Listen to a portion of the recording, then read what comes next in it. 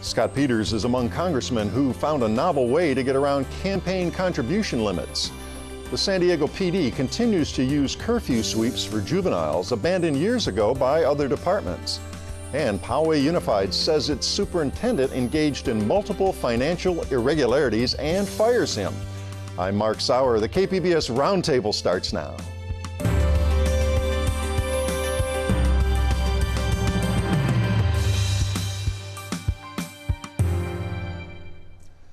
Welcome to our discussion of the week's top stories. I'm Mark Sauer. And joining me at the KPBS Roundtable today, reporter Lauren Schroeder of the San Diego Union Tribune. Hi, Lauren. Hi, Mark. Good to have you here. Reporter Kate Morrissey, also of the Union Tribune. Hi, Kate. Hi, Mark. And welcome to you. And reporter Ashley McGlone of Voice of San Diego. Hi, Ashley. Good afternoon. Good to see you here again.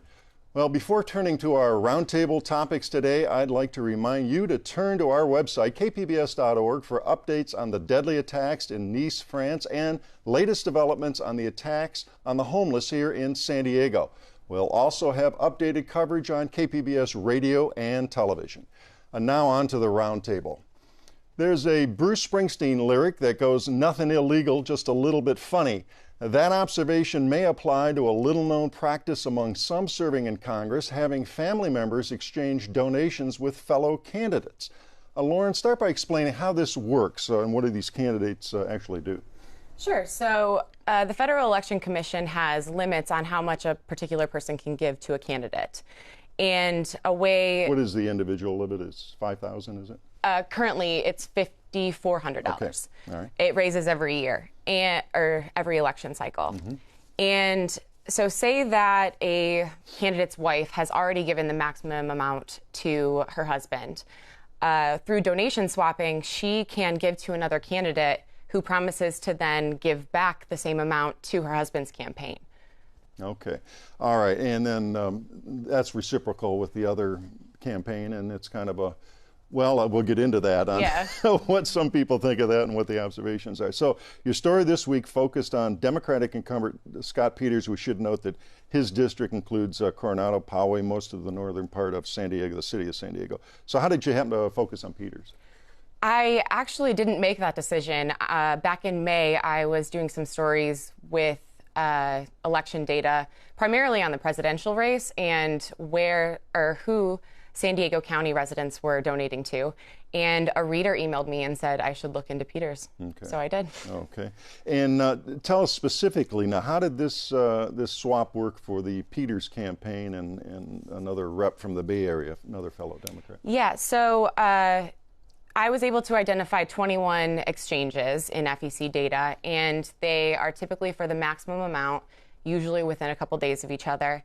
And I noticed that the majority of those transactions were with Representative Ami Berra, up in the Bay Area, as you said, and his family members. And so it's a very difficult series of transactions to identify. But as an example, in 2015, March of last year, Representative Peters' wife and his mother-in-law donated the maximum amount to Peters' campaign. Mm-hmm. Legal donations. Legal donations. Yeah. Mm-hmm. And so under FEC rules, they wouldn't have been able to give any more to Peters' campaign. Mm-hmm. But during that election cycle, they also donated the maximum amount as well to Representative Ami Berra's campaign. Mm-hmm.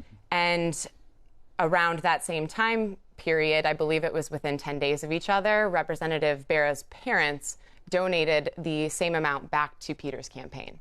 And so on paper, it helps a candidate by making it appear, well, essentially they've raised more money than they otherwise would have been able to raise, but it also makes it appear that they have a longer list of supporters and that they're less reliant on their own wealth. Okay, so it's beneficial for a number of aspects in terms of, hey, we're running a strong campaign here, we have money, and we have lots of people supporting us, and it looks that way. Now, we should note, again, these are legal campaign contributions. Nothing illegal about donating to some representative in some other district in this state or elsewhere, right? Perfectly legal. The FEC prohibits someone making a donation in the name of another person, But there's nothing wrong with saying, I'll give to you if you give to me. Okay. And then again, we should, just to clarify this, and I know this gets complicated for a lot of people after Citizens United and all that's been spoken and written about campaign contributions in general, but these are individual limits. We can only say, as you say, $5,400. I like a particular candidate and I have that kind of money, I can write a check up to that amount. But if we're talking about PACs or people giving to the Republican or Democratic parties, those are unlimited in general, as long as they're not directly to a candidate's campaign. Exactly. It's individual contributions from one person to a candidate's campaign. Okay. Now, what does Scott Peters' campaign say about this whole practice and all? They have said, they've reiterated that the donations are completely legal. And they also said that it's common. It's common for candidates to help each other, especially if they have the same goals or values politically. It's also common, they say, for these transactions to occur around the same time, usually at the end of a quarter, when a campaign is focusing on meeting its fundraising goals. Saying, hey, we're raising this much money and we're this popular. Now, presume these are happen to be, Peters happens to have a wealthy family, no secret about that, and you have to have a certain amount as an individual, obviously, to write checks this big.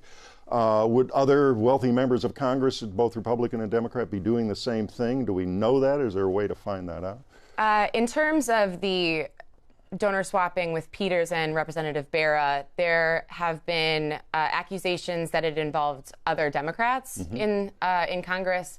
But as far as I know, I haven't heard of any Republicans taking up the practice. So Darrell Issa, for example, who is also a wealthy member of Congress, it's unknown whether he is doing that sort of thing. Does this feel, Kate, does this feel unusual? As I said at the outset, nothing illegal, just a little bit funny? Well, given that I used to live in Chicago, where all kinds of interesting political things happen, I guess it seems kind of par for the course to me. But. Well, and I wanted to bring up here, and we have a little bit of information just generally, that Peters district in 2014, when he ran against the Republican Carl DeMaio, it was one of the hottest contested in the country.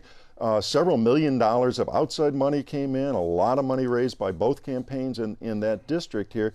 But it takes a lot of money to run for Congress now. Some of the figures that we came up with here, it's New York Times reporting in 2012 a House seat cost the victor an average of $1.6 million, twice as much as back in 1996. So, I mean, they spent a lot of time fundraising and coming up with creative ways to do it, right? I didn't do a lot of reporting in terms of the fundraising strategy itself. I focused on these individual transactions and the donor swapping themselves. But through previous research and articles that I've written about campaigns and election cycles, I do know that a candidate usually spends a couple hours a day on the phone. Right, it's just a daily routine where they get a call sheet and they spend that time fundraising. And you did talk to some groups who kind of analyze and observe politics and fundraising in this whole business here. What did they say about this? The responses varied, usually depending on their political leaning. But both sides of this reiterated the fact that these are legal transactions, that it's technically a fundraising strategy. The more conservative groups were a little bit more critical and called upon some of the Democrats to give back some of the money or have accused them of using this donation swapping to bypass FEC limits. Okay. All right. We're almost out of time. I'll give you a last word on this. I was going to say, I just think it's a little interesting because if it is, I mean, looking at the family as a whole, basically a wash, right? There's pretty much equal amounts being swapped. So it really does come down to optics of this notion that someone is raising more money than maybe they are. I mean, if you're recruiting relatives, then sure, different relatives' accounts might be going up or down. But on the whole, it's kind of a wash. So it really is just about the visuals. Well, we'll have plenty more reporting, I'm sure, as we move on toward November and the local, national, and state levels here. We're going to move on now. In the summertime 50 years ago, it was common for parents to tell kids to be home by the time the streetlights came on. It was also common for cities to enforce curfews, picking kids up for just being out past 10 or so. That practice has fallen by the wayside in many California cities, but not in San Diego. Kate, start by telling us what the legal curfew is. What are the rules here? Well, so that's actually a little bit more complicated than you might think because each city can set local ordinances for what the curfew times are. So curfews apply to anybody under the age of 18. And within the city of San Diego proper, it's from 10 p.m. to 6 a.m. In the county, it's actually from 10 p.m. to 5 a.m. So if you're outside of the city limits, but within the county, you can be out, I guess, an hour earlier in the morning than you can if you're in the city. And then other cities around the county have their own times, which vary from starting at 10 p.m. or 11 p.m. and can end anywhere from 5 a.m., 5:30 a.m., 6 a.m. One of them ends at sunrise, whenever that is. So I think a movable one. Yeah. Right. So I think if parents know their kids are crossing these different lines, they really need to pay attention to what the times are in the different places, or the kid might be stuck out late, even though where their address is, technically it might not be. Okay. Now, your story noted that other cities, Los Angeles, San Bernardino, for a couple, they've stopped doing these sweeps. So why don't they do them there? So they told me that they've decided to put the limited resources that they have in terms of working with juveniles into programming that has more directly positive interactions with police, so in a non-enforcement situation. So let's do activities together, let's have mentorship programs, let's have cadet programs. The San Bernardino Police Department told me they are just about to launch a police activities league, which is something that we do also have here in San Diego called Star Pal. But they're just about to launch that as well. And given the resources that they have, they think that that's a much better way to get youth engaged and involved in a way that's going to keep them out of trouble. And San Diego now is responsible for a big portion of these statewide, right, in terms of these curfew pickups. Yes, in the last 10 years, it's gone from about 7% of the state share of curfew arrests to about 30%. So we take a very serious chunk of those curfew arrests, second only to LA, which is a much bigger city than us. All right, so walk us through this in San Diego. What happens when a teenager is arrested for curfew violation? Are they put into the system? Well, so I actually got to go on a ride along with the police and see for myself how this happens. So when they see a youth who is out after curfew, they'll stop them. They'll say, "How old are you?" They'll ask them a few questions about, like, are you in school, that sort of thing. Get a little bit of a sense of what's going on with the youth. They put the youth in handcuffs, they pat them down, they put them in the back of the police car, and they drive them to police station. At that point, they are offered the option of a diversion program, which keeps them out of the court system, and depending on which district they're in, they're allowed to district being a school district? Or which division, I'm sorry, okay. Which division they're in. Okay. They're contracted out to different organizations to do that diversion work. So they might end up in one youth program or another.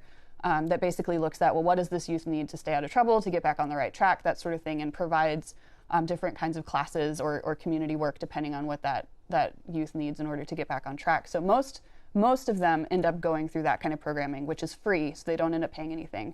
And parents are called right there to the station? Parents are called to the station to pick up their kid. They go through the paperwork together.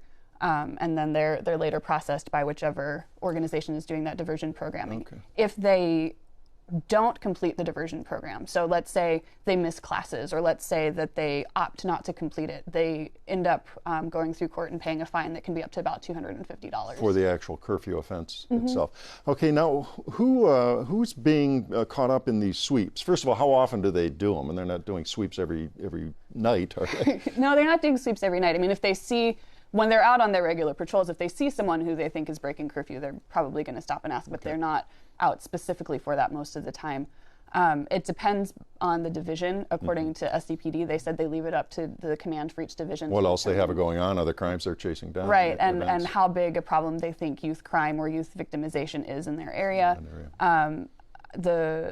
I went to the Southern Division, and the commander there, or the sergeant there, told me that they do them about once a month. Okay. But I think it varies quite a bit by division. Okay, and generally, how can we characterize what kids tend to get caught up in this, or is it a real broad cross-section? Well, when you look at the data from the Office of the Attorney General, it definitely does disproportionately affect youth of color. So when you look at the percentage breakdown, almost half of the curfew arrests are of Hispanic youth. And then the black percentage is about over 16%, whereas the population here in San Diego is only about 5%. So that's significantly more than disproportionate, yeah. Right, what you would expect. And then in terms of white youth, it's actually quite a bit less than the population. It's only 25% of the arrests are of white youth. Okay. So. Well, then that brings us up to the idea that some groups here are objecting to the use of these sweeps. Who's objecting, and what are their main concerns? So I talked specifically to the ACLU, the American Civil Liberties Union, and they're concerned anytime that there's disproportionate strategies that are affecting communities of color, just given the histories of what's happened in those communities tend to have lower income levels, have a lot of different obstacles that they're facing. Those kids oftentimes have a lot more obstacles that they're facing because of the situations that are going on. And so I think what they're doing is questioning whether this is the most effective strategy for reaching those youth and keeping them on a good path. I think the police and the ACLU at the end of the day have the same goal, which is for youth to be safe and for youth to be successful in life, you know. If they're headed for trouble, somebody wants to head that off, and adult intervene. And I think there's disagreement about the best way to do that. The ACLU thinks, you know, given the way that communities of color often receive policing and have historically received policing, it can be very traumatic for those youth to be stopped. Even if they are on their way home from something that would give them an exemption under the curfew law. Like there are certain things that you can be out after that time doing or on your way home from, and even just having the stop can aggravate some of those feelings because of the history there, and I think that's the concern. And is that one of the reasons some of the other cities here, and Chula Vista is one that's not doing this much anymore, is that among the reasons that they've cut back? They didn't cite any kind of racial issue as one of their reasons. They spoke more generally about how youth feel with police. But I think you know, whether you're a youth of color or not, like that feeling is something to think about. Are we seeing other charges in these curfew arrests? I mean, you wind up with drug charges or weapons charges or things like that? You can, like if they find a youth who is out late doing something illegal, they'll be charged with that, and then probably also charged with violating curfew. Curfew might have been the probable cause to engage in the first place. Right, or I mean, if you see somebody out doing graffiti at night and they happen to be under 18, like they're also going to get charged with violating curfew, you know. But when they do the curfew sweeps, they're particularly just looking for kids walking around who are out too late. Okay. All right, last question, Kate. Any way to monitor how effective this is here in San Diego and how it's working? So that, I think, is the thing that maybe is still missing. And sort of the question that was raised in my article is this effective? And I think it's something that has not been measured. There's a lot of studies out there sort of looking generally around the country, like is curfew enforcement effective? And for most of the studies, it's a very mixed result. Some are like, oh, well, crime went up. Some say crime went down. And it's hard to say whether or not it's been effective here. When you look at juvenile crime data in general, we haven't changed that much over the last decade or more. So it's hard to tell what the impact is. Right. We've been the same share of California's juvenile felonies and juvenile misdemeanors. When you look at San Bernardino, they've actually gone down in the same time frame, which is sort of interesting. But again, we don't know why, you know, so you can't really draw any conclusions from that. And the academics who I spoke with were really emphatic about asking for more measurements. Right. So I think that's maybe something for conversation. All right. Well, it's a great story. Appreciate it. We're going to move on now. As superintendent of Poway Schools, John Collins was the subject of national headlines in 2012 for a bond deal costing nearly $1 billion, which led to statewide reform of school bond practices. But that trouble was mild compared with the allegations that led to Collins getting fired this week by the Poway board. Ashley, before we get to the details, how do you characterize what these accusations are here against Superintendent Collins? I'd say they're serious. They center on hundreds of thousands of dollars in pay that they say he took on top of his normal salary. And they also take issue with some legal actions that he filed, restraining orders without board approval. Okay, so it's basically about money here. Let's kind of go over the high points here. Just tell us what this audit found, and we'll get into how it was done and who did it. So his base salary in his contract is $300,000. His contract gives him about 30 days vacation. Those roll over year to year up to 60 days. They say he can cash those out upon departure from the job. But what forensic auditors found was actually on 4 different occasions, he directed his staff to cut him a check for what he said was unused vacation time that he had accrued.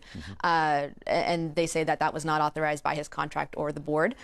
So the total days of something like 116 days were cashed out for about $150,000 in recent years. On one occasion, he was allowed to cash out 64 days for $87,000, which actually caused his vacation balance to go into the negative. They also found he took vacation time and that wasn't logged with HR. So like last July 2015. He took the whole month off according to the district's calendar, but he only logged about 10 days with the district. Okay, so a lot of, as we're calling them, characterizing them as irregularities. Tell us about this audit. How did it come about? Why was it done? Who did the audit?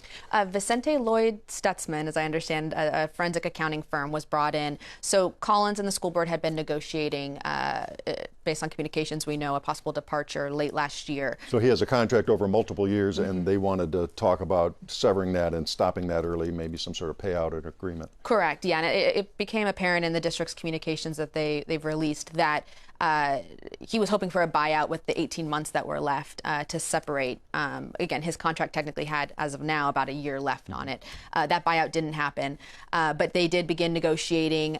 From what I understand, when you look at negotiation, they kind of went back to basics. Let's look at his contract and what the terms are there.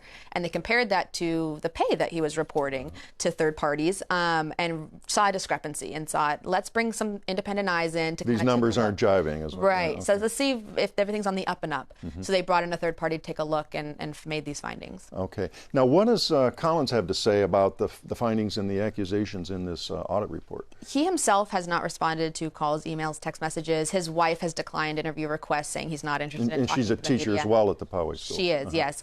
His attorney, Lynn Lazary, has released a statement basically saying that the district's audit is replete with errors, that he's been denied access to witnesses and documents, that these are wrong, that they have evidence that he didn't knowingly violate any contract or laws, and that they will defend the charges and the claims as well as take decisive action. Whether that means he's going to countersue, I don't know. Okay, sue too. And then the district itself is looking for maybe reparations to be paid here, not enough simply to fire him, right? Yeah, my understanding is I think as of this morning, the lawsuit was filed against John Collins to recoup the roughly $345,000 that they say he took between vacation and some longevity pay that was calculated at this accelerated rate.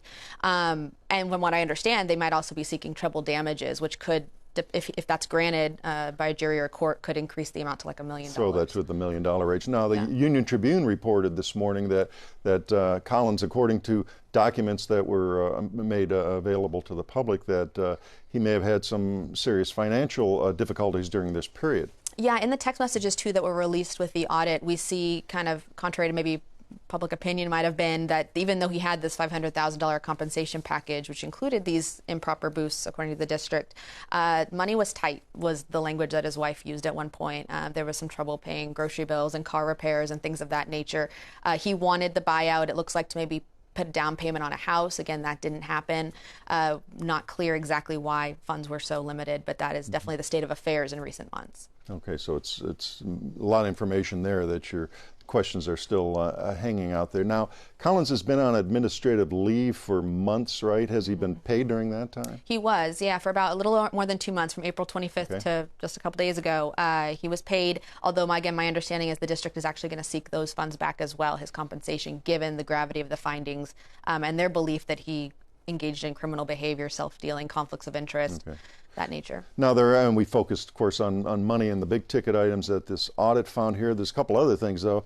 The district also alleges that Collins interfered with its investigations. What do they say there? So they unearthed some communications. His assistant, a couple days before he was placed on leave, texted him, "I'm not comfortable with the school board's meeting this week. I'm going to go ahead and grab some documents from your desk and hold on to them for you. Would you like me to drop them off at your house?" He responds, "Yes, please," and the drive.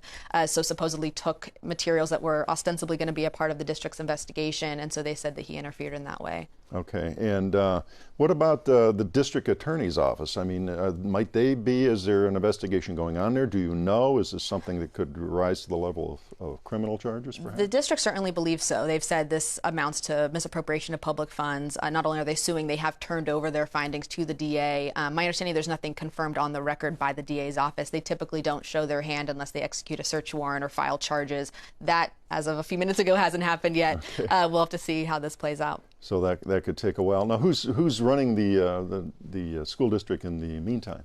So since Collins was placed on leave, an associate superintendent, one of the ones who hadn't retired yet, Mel Robertson, has been acting superintendent. They did tap an interim from the outside to come in, a sort of guy who's known as a change agent, at least down in San Ysidro, Edward Velasquez. He's going to become interim August 1st, and they want to get him to help launch a search for a permanent replacement. Okay, so they'll be, I don't know, nationwide, maybe look within. be looking far and wide. I think they're considering kind of all their options, nothing really spelled out. They haven't engaged an executive search firm or anything like that yet. Right. Now, what about the Poway's Teachers Union? They had supported Superintendent Collins all along and had some high marks on him along the way, right? Yeah, they were always supportive, even when there were some serious questions being asked before this audit. Candy Smiley, the president of the Teachers Union, I tried to reach out to her to get her take. She hasn't responded. My understanding is they've been very quiet. Not sure if there's going to be a leadership shift there. Again, they were very much aligned with the Collins administration, and that is kind of on its way out. Okay, so we'll have to see how all that, a lot of questions that be answered here and a lot more reporting to be done. Well, thank you. It was a great job on that story. Well, that wraps up another week of stories at the KPBS Roundtable. I'd like to thank my guests, Lauren Schroeder of the San Diego Union Tribune, Kate Morrissey, also of the Union Tribune, and Ashley McGlone of Voice of San Diego. A reminder, all the stories we discussed today are available on our website, kpbs.org, and be sure and follow the latest news on the deadly attack in France, as well as the news on the homeless attacks here in San Diego on our website and on KPBS radio and television. I'm Mark Sauer. Thanks for joining us today on the Roundtable.